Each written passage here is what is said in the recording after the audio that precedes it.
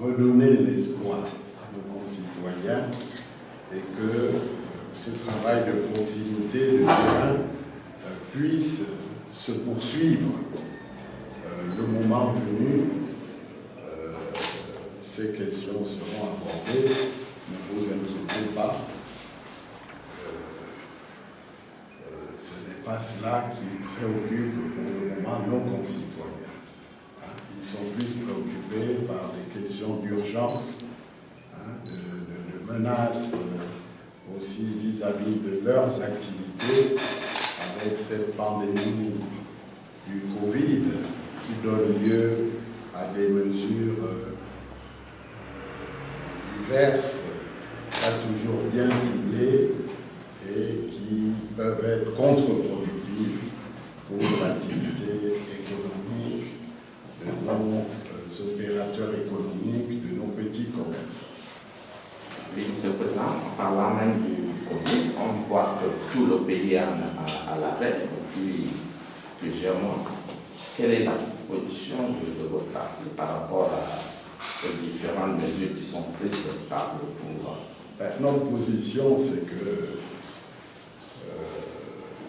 le gouvernement navigue à vue et qu'il ne semble pas qu'il y ait une politique cohérente pour apporter des solutions. Parce qu'il y a deux volets. Il y a l'aspect sanitaire, pour lequel le gouvernement est censé avoir des informations sur le niveau d'une possible deuxième vague, mais il y a aussi l'aspect économique de la nécessité de permettre un certain volume d'activité pour ne pas mettre l'économie en arrêt total, avec déjà des pertes d'emploi considérables, des faillites nombreuses qui sont le fait de décisions parfois qui sont improvisées et qui ne tiennent pas compte du contexte social, de notre environnement. Nous ne sommes pas le seul pays d'Afrique subsaharienne à être confronté à cette pandémie. Il n'y a pas de raison que dans notre pays, cela soit beaucoup plus nombreux. Nous avons une population officiellement d'1,8 million d'habitants. Vous avez des pays de 25 millions d'habitants, des pays de plus de 50 millions d'habitants qui gèrent cela sans que cela ne crée trop de heurts, trop d'impact sur les activités économiques.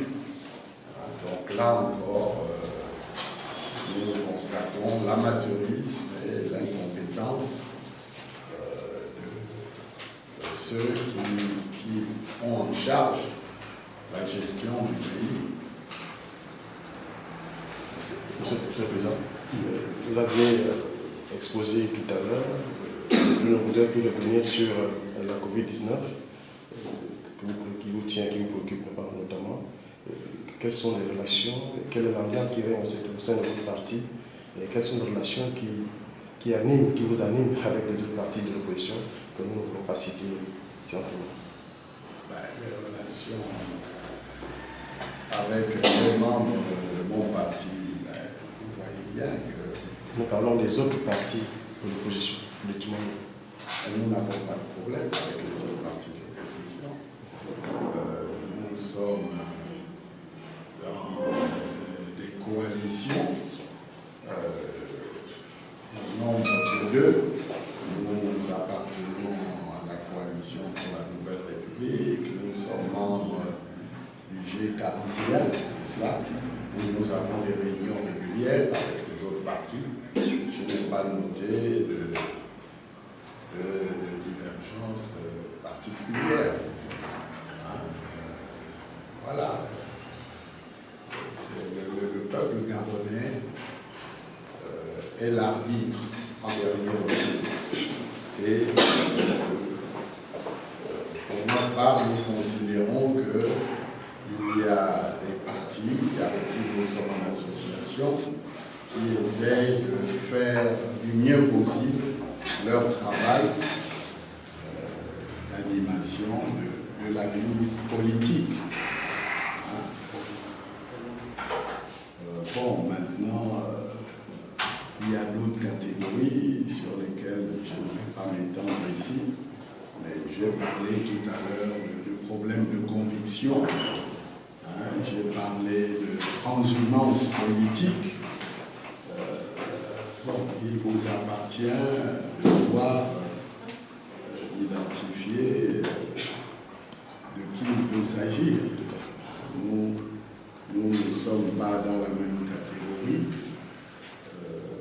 Je pense que nous avons fait le choix d'être ancrés dans l'opposition, une opposition républicaine qui entend, au travers de la voie démocratique, d'accéder démocratiquement au pouvoir. Ce que nous demandons à ceux d'en face, c'est d'arrêter de truquer, de trafiquer les élections et de respecter la voix du peuple. Donc, d'une certaine manière, nous voulons être la voix des sans-voix pour exprimer